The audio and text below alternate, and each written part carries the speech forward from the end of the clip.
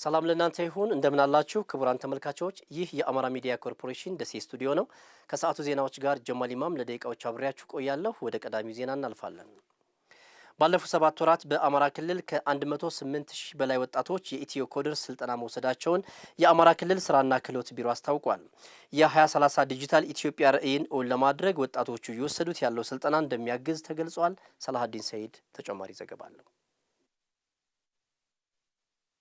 የአማራ ክልል ስራና ክህሎት ቢሮ የ2018 በጀት ዓመት አጋማሽ አፈጻጸሙን በገመገመበት ወቅት የክልሉ ወጣቶች ወደ ዲጂታሉ ዓለም ለመሸጋገር እያደረጉት ያለውን የክህሎት ስልጠና ተመልክተዋል። የቢሮው ምክትል ቢሮ ኃላፊና የኢትዮ ኮደርስ አማራ ክልል ኮሚቴ አባል አቶ አማራ አለሙ ክልሉ በቴክኖሎጂ ሽግግር ረገድ አዲስ የታሪክ ምዕራፍ እየጻፈ መሆኑን የሚያበስር ነው። የኢትዮ ኮደርስ ንቅናቄ በአማራ ክልል ባለፉት 7 ወራት ብቻ ከ108,000 በላይ ዜጎች ስልጠናውን ወስደዋል ነው ያሉት። 26 በፈረንጆች አቆጣጠር ወደ 5 ሚሊዮን ወጣቶችን ለማሰልጠን በቅድ ተይዟል።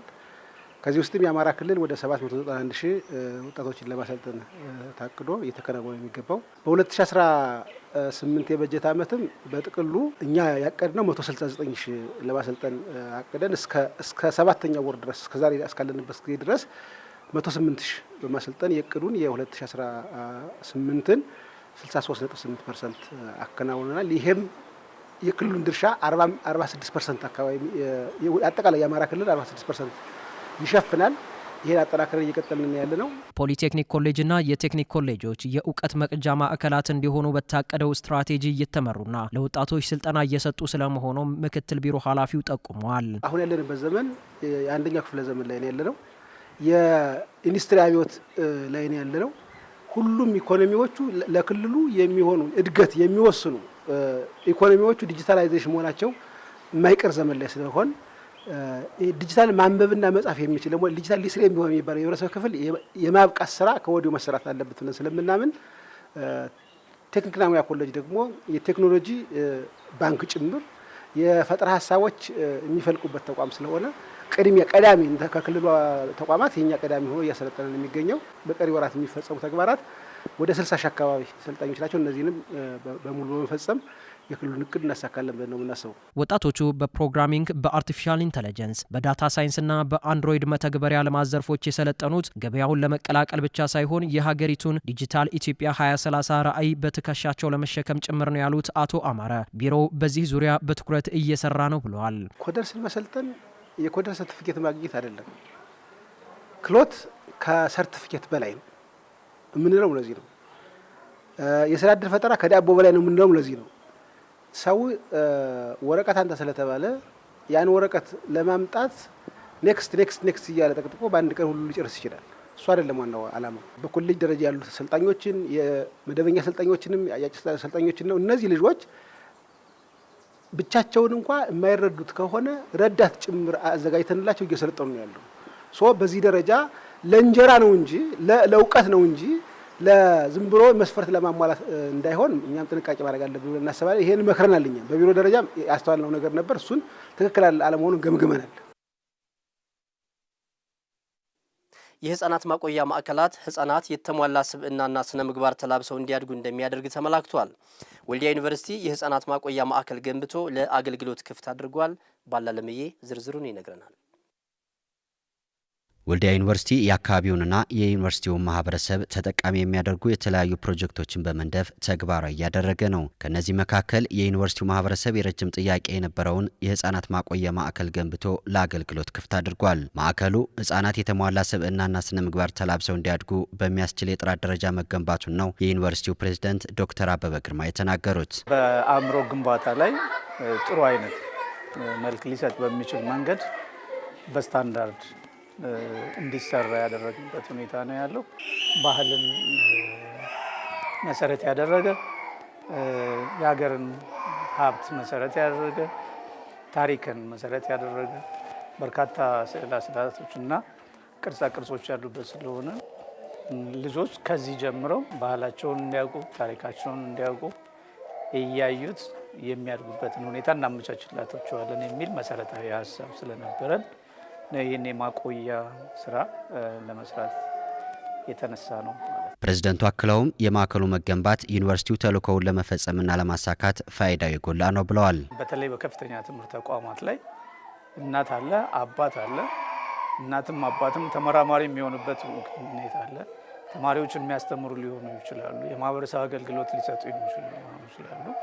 ስለዚህ ልጆቻቸውን ተቋሙ በዚህ ማቆያ የሚጠብቅላቸው ከሆነ ይህም ማቆያ በመጠቀም እነሱ ሙሉ ሰዓታቸውን ለምርምርና ለማህበረሰብ አገልግሎት እንዲሁም ራሳቸውን ከፍ ለማድረግ ደግሞ የሚያነቡበትን ሰዓት የሚያገኙበትን ሁኔታ ያመቻችላቸዋል። በማዕከሉ ህጻናትን የሚንከባከቡ በቂ ሰራተኞች ሰልጥነው ወደ ስራ መግባታቸውን ያነሱት የሴቶችና ማህበራዊ ጉዳዮች አካቶ ትግበራ ስራ አስፈጻሚ ብርቱካን ወዳጅ ነው። አገልግሎቱ የህጻናትን መብት የሚያስጠብቅና የሴቶችን የመፈጸም አቅም የሚያሳድግ መሆኑን አመላክተዋል። ህጻናት መብትም የተጠበቀ ይሆናል።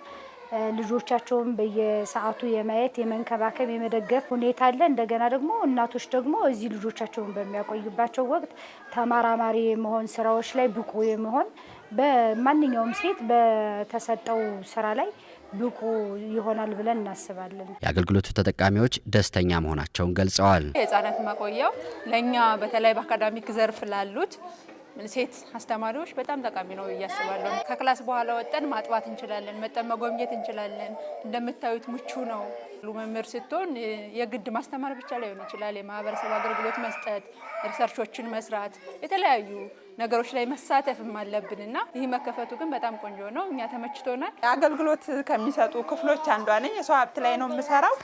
ተረጋግተን በቃ ልጆቻችን እዚህ በመሆናቸው ተረጋግተን ቀልጣፋ የሆነ አገልግሎት እንድንሰጥ ያደርገናል እና በጣም ጥሩ ነው። በማዕከሉ አገልግሎት ማስጀመሪያ ላይ የተገኙት የወልዲያ ከተማ ተቀዳሚ ምክትል ከንቲባ ዱባል አብራሬ ተግባሩን ከተማ አስተዳደሩ ከ2 ዓመት በፊት የጀመረው ቢሆንም ዩኒቨርሲቲው ጥራቱን በጠበቀ መልኩ መገንባቱ ለሌሎች ተቋማት ለተሞክሮነት ያገለግላል ብለዋል። ወላጆች በተገቢው መንገድ ሀሳባቸውን ሰብሰብ አድርገው ተግባራቸውን ለማከናወን የሚያግዝ የመንግስት የስራ ሰዓትን በተገቢው መንገድ እንዲያከብሩ የሚያግዝ ለልጆቹም ደግሞ ነገን ለመስራት የሚያግዝ ለትውልድም ለሀገርም ዛሬ የምንሰራው ስራ ለነገ ውጤቱ የላቀ ስለሆነ ይህን ታሳቢ አድርገን ነው እየሰራን ያለ ነው። አንዳንዶቹ የቅንጦት የሚመስላቸው የተለያዩ የህብረተሰብ ክፍሎች ነበሩ። በፍጹም የቅንጦት አይደለም እና ህጻናት በተለያየ መንገድ ብዙ ትምህርት የሚያገኙበት ማቆያ ነው የተሰራው። ይሄ በጣም የሚያበረታታ ሁኔታ ነው ያለው። ሌሎች ተቋማትም በአጭር ጊዜ ውስጥ በዚህ መንገድ እንዲጨርሱ ለማድረግና ነገር የመስራት ተልኳችንን በጋራ አንዱን እንቅስቃሴ ለማድረግ የሚያስችል አንድነት እየፈጠርን ያለንበት ሁኔታ ነው እየተረዳን ያለ ነው። ይህን ማስፋት ያስፈልጋል ማለት ነው እንደ ከተማ አስተዳደር። በመጨረሻም በ2018 በጀት ዓመት በቀጣይ 6 ወራት ከ500 ሺህ ህዝብ በላይ ተጠቃሚ የሚያደርጉ ፕሮጀክቶች በሲቪክ ማህበረሰብ ድርጅቶች እንደሚሰሩ የደቡብ ወሎ ዞን ገንዘብ መምሪያ አስታውቋል። ፕሮጀክቶቹ 2.1 ቢሊዮን ብር በጀት እንደተያዘላቸውም ተመላክቷል። የደቡብ ወሎ ዞን ገንዘብ መምሪያ በዞኑ ከሚንቀሳቀሱ የሲቪክ ማህበረሰብ ድርጅቶች ጋር የአፈጻጸም ግምገማና የቀጣይ አቅጣጫ ላይ ውይይት አካሂዷል። ከድራሊ ነው የተከታተለው። የደቡብ ወሎ ዞን ገንዘብ መምሪያ በዞኑ ከሚንቀሳቀሱ የሲቪክ ማህበረሰብ ድርጅቶች ጋር የአፈጻጸም ግምገማና የቀጣይ እቅድ ላይ ውይይት አካሂዷል። የዞኑ ገንዘብ መምሪያ ኃላፊ ወይዘሮ ቴነሽ ጌታቸው በደቡብ ወሎ ዞን የሚንቀሳቀሱ የሲቪክ ማህበረሰብ ድርጅቶች በማህበራዊና ኢኮኖሚያዊ ዘርፍ በርካታ ተግባራትን ማከናወናቸውን ተናግረዋል። ከ41 በላይ የሆኑ የሲቪል ማህበረሰብ ድርጅቶች አሉ። እንደ ደቡብ ወሎ ዞን በግብርናው ዘርፍ በውሃ ዘርፍ እንደዚሁም ደግሞ ሴቶችን ኢምፓወር ከማድረግና ኢኮኖሚያቸውን ከማሳደግ አኳያ ከፍተኛ አስተዋጽኦ ስራ እየሰሩ ያሉበት ሁኔታ ነው ያለው። ከጤናው ባለሙያ አቅም ከማሳደግ አንጻር ጀምሮ እስከ ግብአት ማሟላት ድረስ በተለይ ደግሞ እኛ በወረራው ጊዜ ብዙ ጤና ጣቢያዎቻችን የወደሙበት ሁኔታ ነበርና ያንን ከማሟላት አንጻር ብዙ ድጋፍ ያደረጉበት ሁኔታ ነው ያለው። በባለፈው ዓመት ከ900 ሚሊዮን ብር በላይ ወጪ በማድረግ ከ100 ሺህ በላይ የዞኑን ህብረተሰብ ክፍል ተጠቃሚ ማድረግ እንደቻሉ የገለጹት የመምሪያው ኃላፊ ከ2 ቢሊዮን ብር በላይ ወጪ የሚደረግባቸው 64 ፕሮጀክቶች መኖራቸውንም አስረድተዋል። በ2018 ቀሪ ወራቶች 6 ወር ከ2.1 ቢሊዮን በላይ ለ500 ሺህ ማህበረሰብ ክፍሎች በተለያዩ ዘርፎች ድጋፍ ለማድረግ የተዘጋጁበትና አግሪመንት የወሰድንበት ሁኔታ ነው ያለው። ይህን እንግዲህ ተፈራራሚ ድርጅቶችም እኛም እንደ አስፈጻሚ ተቋም ክትትልና ድጋፍ በማድረግ አግሪመንት የተወሰዱ ፕሮጀክቶች ለማህበረሰቡ ተጠቃሚ እንዲሆኑ ድጋፍና ክትትል ቅንጅታዊ አሰራር እናደርጋለን። በዞኑ የሚንቀሳቀሱ የሲቪክ ማህበረሰብ ድርጅቶች ተወካዮች በበኩላቸው በማህበራዊና ኢኮኖሚያዊ ዘርፎች ማህበረሰቡን ተጠቃሚ የሚያደርጉ ስራዎችን እየሰሩ መሆናቸውንና ይህንኑ አጠናክረው እንደሚቀጥሉ ገልጿል። ጤና ተቋማት ላይ እየወጣን ቴክኒካል ሰፖርት እንሰጣለን።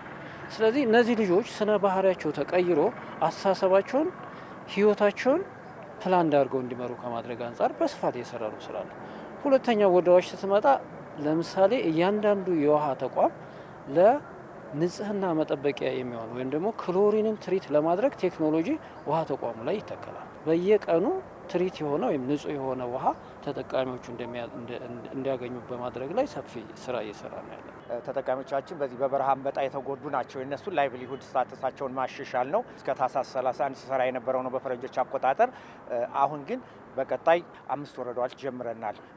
ወረባቡ፣ መቅደላ፣ ወረይሉ፣ ለገሂዳና ጃማ ወረዳዎች ላይ ይሰራል። የአማራ ክልል ገንዘብ ቢሮ የሲቪክ ማህበረሰብ ድርጅቶች ማስተባበሪያ ዳይሬክቶሬት ዳይሬክተር አቶ አዝመራው ተጫነ እነዚህ ድርጅቶች ከመንግስት ፕሮጀክቶች በተጨማሪ አጋዥ ሆነው የተገኙ በመሆናቸው ይመሰገናሉ ብለዋል። በቀጣይ ለሚፈጽሟቸው እቅዶችም የክልሉ መንግስት አስፈላጊውን ድጋፍና ትብብር እንደሚያደርግ አረጋግጠዋል። እንግዲህ አሁን ወደ 170 የሚሆኑ የሲቪል ማህበረሰብ ድርጅቶች በሎካልም በኢንተርናሽናል ክልሉን በማህበራዊ በኢኮኖሚያዊ ተግባራት ላይ እየደገፉን ያሉ ኦልሞስት ወደ 350 ፕሮጀክቶችን ቀርጸው ክልላችን ላይ መንግስት ከሚያደርጋቸው የህብረተሰብ ልማት እና ኢኮኖሚክ ልማት ተግባራት በተጓዳኝ እየደገፉን ያሉ አሉ። የአንደኛው ተደጋፊ ሌላኛው ጋር ተመዝግቦ ስለሚገኝ ከ20 ሚሊዮን በላይ የሚሆኑ የህብረተሰብ ክፍሎች በዚህ ተደራሽ ማድረግ ችለናል ብለን ያለን መረጃና ዳታ ይህንን ነው የሚያሳየው። ለዚህም ክብር አለን። ቀጣይም ድጋፋቸው ከዚህ በላቀ ሁኔታ እንዲቀጥል እንደ ቢሮም እንደ ዘርፍም ያለንን ድጋፍና ክትትል በተጠናከረ ሁኔታ እንደምናደርግ ለመግለጽ እወዳለሁ። ውድ ተመልካቾቻችን ከአማራ ሚዲያ ኮርፖሬሽን ከደሴ ስቱዲዮ የዕለቱ ዜናዎች እስካሁኖቹ ነበሩ። ስለ አብሮነታችሁ እጅግ አድርገን እናመሰግናለን። በያላችሁበት ሸጋ ምሽት ይሁንላችሁ።